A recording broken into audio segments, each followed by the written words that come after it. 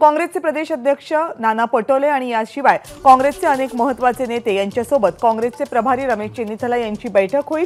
कारण अशोक चव्हाण यांनी पक्षाच्या सदस्यत्वाचा राजीनामा देऊन भाजपमध्ये प्रवेश केल्यानंतर आता त्यांच्यासोबत कोण कोण जाणार या संदर्भात चर्चा सुरू झाल्यात आणि याचीच तपासणी सध्या काँग्रेसच्या वरिष्ठ नेतृत्वाकडून करण्यात येते।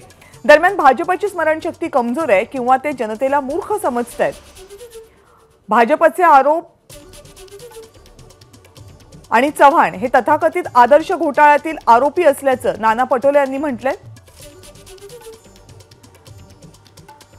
अशोक चव्हाण यांच्या मागे ईडी आणि सीबीआय यांचा ससेमिरा लावलाय आणि याचा परिणाम म्हणून अखेर या जाचाला कंटाळून अशोक चव्हाण भाजपमध्ये दाखल झालेत।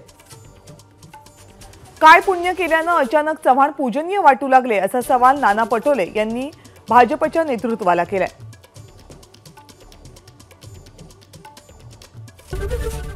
एबीपी माझा, उघडा डोळे बघा नीट।